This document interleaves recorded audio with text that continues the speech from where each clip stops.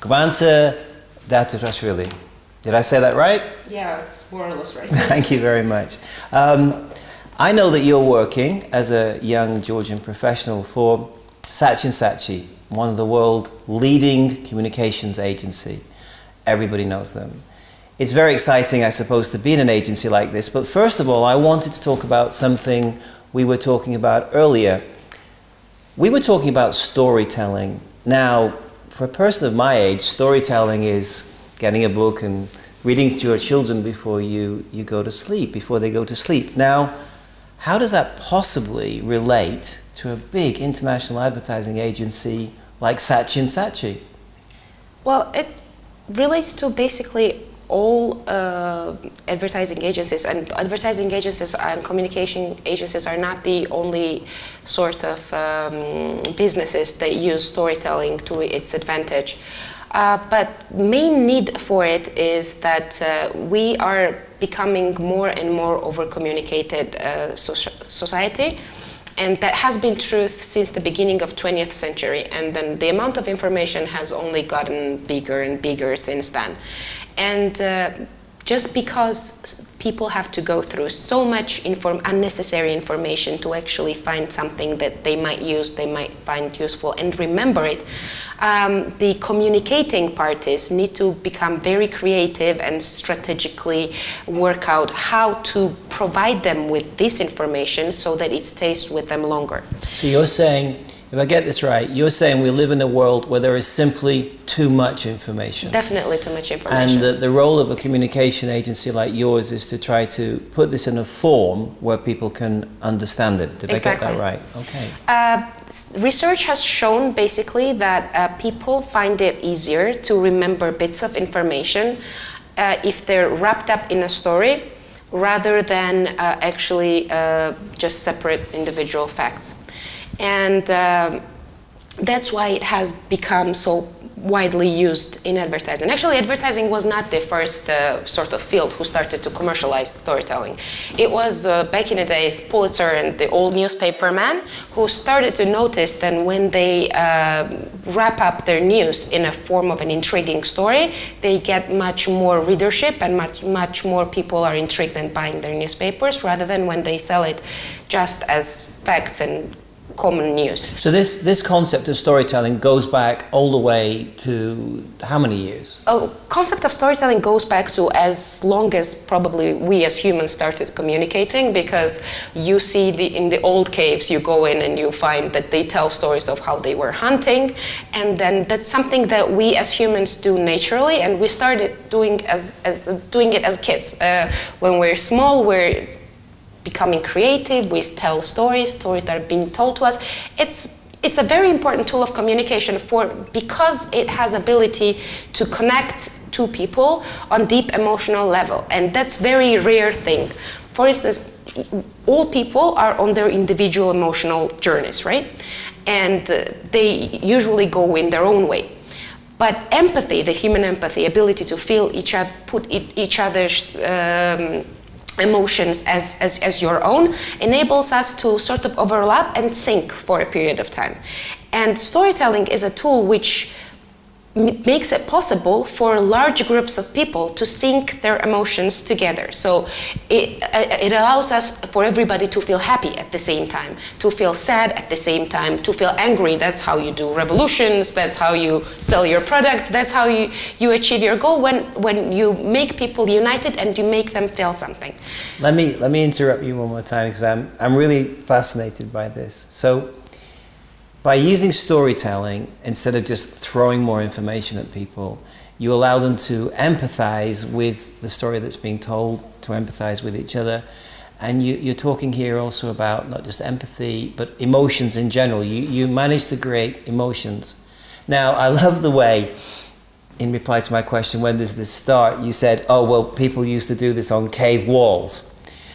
And I was thinking more of the idea of a newspaper storytelling, but okay, so this is emotion, this is mankind, this is all the way back to cave walls. But, I mean, we're in Georgia. This is a fantastically modern country now.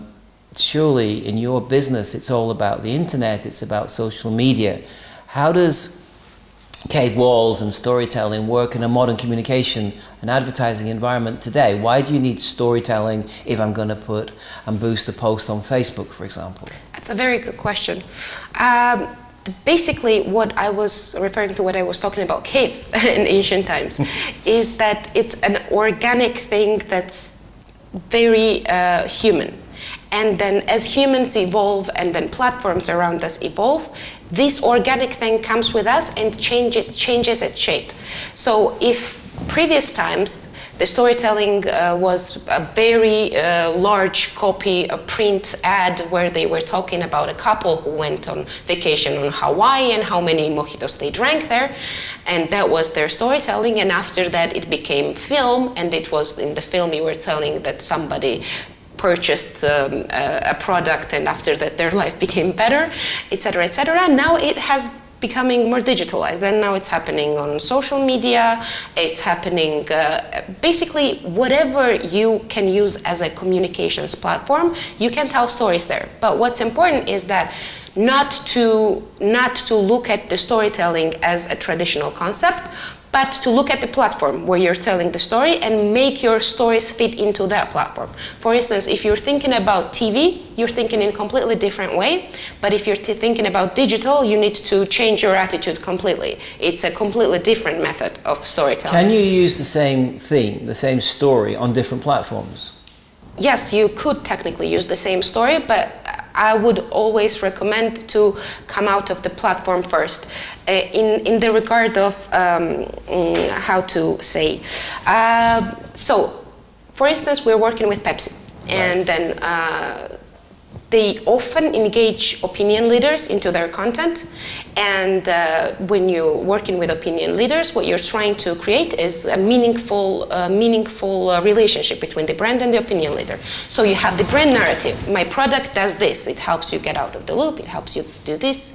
And then we try to look at the opinion leader, so that what do they have in their life that coincides with this story, and then create a narrative where the opinion leader and the brand come in synchrony, and then their relationship has actually a narrative that fits well with the brand narrative. I'm getting this. Okay, I'm getting this. You're saying come from the platform first.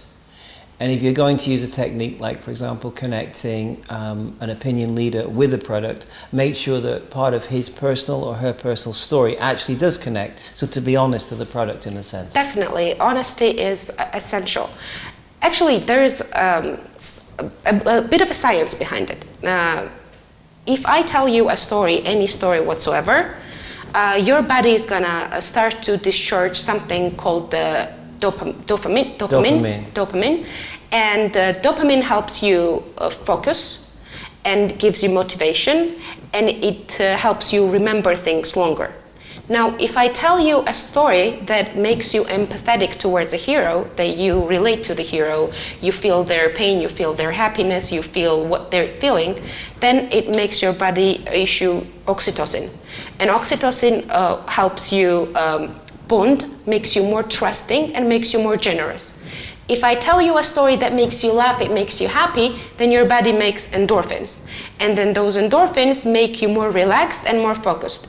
So whatever story I'm telling you, if I tell it to you right, and if I'm honest about it, it's an authentic story, that because you can always sense when I'm being deceptive. If it's an authentic story that makes you feel empathy, that makes you happy, that makes you smile, you're gonna remember me for a longer time, and you're gonna be more, your attitude towards me is gonna be much more positive than otherwise. So it's about coming from the platform. The platform matters. It's about empathy and emotion. And it's about honesty, because if you're not honest, if you're not telling the truth, people will sense that. And behind all this is the huge science of endorphins and chemicals, which I don't really understand. But I'm fascinated by the idea that your agency has such a wide-ranging view of what it's trying to achieve. It's not just a simple story, a simple advert. It comes down to these emotions, it comes down to platforms, it comes down to honesty. What are you doing for your clients that maybe would be interesting in the social media world, for example, at the moment? Are you running any particularly interesting campaigns that you can talk about, or is something in the works? If we're talking about social media campaign, we can talk about the point of using storytelling that's targeted and that has an insight. For example, I'm sure you've had an experience of talking to somebody and they're telling you a story and their only purpose is to talk about themselves, and then Yes. they lost you a long time ago. I do this myself sometimes. I do this myself, I have to admit. Yes, this Everybody's happens. guilty of doing Yes, that they at are. one time or another. So in any story, in order for it to stick with the person you're trying to tell it to, there's gotta be a little something for them and a little something for you. And then little something for them is usually, it's called something called consumer insight, is something that they can relate to, something from their own life that they have experienced, something they felt, something they know. For example, I think it's safe to assume that living in Georgia for so many years, you have probably had a bad experience in a cab somewhere. Yes, I can tell you not once but several times I've had bad experiences in taxis in Georgia. So if I'm gonna start off a story saying, this is a story that happened to me in a cab, you would not believe what the driver told me, I would immediately could get your attention because you would find it relatable. Yes, I would. So we do this for any campaign. For example, when we were working for Nescafe Really Friends campaign, we were thinking of what is the basic insight, because we're talking about people who spend so much time on social media that even though in Georgia everybody lives so close to each other, they don't get to see their loved the people who are dear to them. They don't get to see them as much as they want to, and everybody's frustrated that the life sucks them in somehow. So that's a common feeling that most people have, that they spend too much time on social media, and even though everybody's so close, they don't get to see them as much as they want to. And then we based on that, and we called it Close Friends, because everybody's so close. And then we made it a story about a hero, our hero, who is visiting these lost connections, old friends, rekindling old relationships, flings, etc., etc. So we made it more human and relatable, and something that people would actually enjoy watching. And that's because we came out from something from them, a human truth that they also feel, they also experience. So it's not something alien, it's not something that a brand wants to say. And that's another thing, because the brands who use storytelling, because it's become so popular that everybody left and right starts to use it, and then not always do they use it correctly. You should tell the stories if they're authentic, if they're truth, and then if you have a story to tell, first of all. If you do not have a story to tell and you manufacture a story that has nothing to do with you, then it's not gonna work. The story can come from the journey of the brand, a journey of a product, or the customer experience with the product, a role this product has in the consumer's life, outward, inward and outward.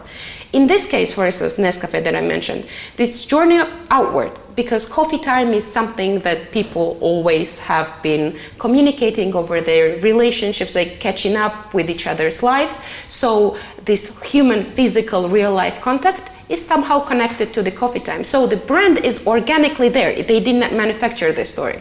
It's already there in human mind that when they go out with their friends, they drink coffee, they discuss each other's lives, and they go home happy. So that's the human truth. Grant, I'm getting it. I'm beginning to really understand this now. One of the things I like is the idea that it has to be honest. I think a lot of people get annoyed nowadays that there's so much dishonesty, that there's so much fakeness, false news, and so forth. So I love the idea that your agency, Saatchi & Saatchi, at its root is trying to tell the truth. It's trying to create a story that really happened. It's relating things together, that's your job, in a way that will provide positive emotion, which will support your product. The European Business Association, of course, is completely focused on business. We only deal with businesses. We work one-on-one, we build businesses here. Now, your agency is here. It's recognized as the best in the world, or one of the best in the world, certainly. And you can do this for a Georgian company as well, or does it have to be like Nescafe? No, definitely. We work with a lot of international companies because they find working with us more comfortable because there are certain standards are met, Sure. obviously, but we work a lot with local companies as well, and we're very happy with the work we're doing for them, and it always feels very good to help out a Georgian business. And so a Georgian business shouldn't feel scared about going to this. Definitely not. And if they're a bit confused, as I was, about how modern techniques work on Facebook and what does storytelling mean and emotions, you can explain it to them as you have me, and see what business could be done. We take great pride in it, and we find it very pleasant. I think we should probably wrap up here, but I have to say your English is perfect. Where did you learn to speak such good English? I had a fantastic teacher. And What's her name? Her name was Elvani.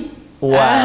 And how long? That was many years ago at school, or when you were at college? She was teaching me at the age of 17 for a year, and she had her own technology of her own making, and did a fantastic job. I also spent a couple of years living abroad, so maybe that's another reason. But first, Elvani.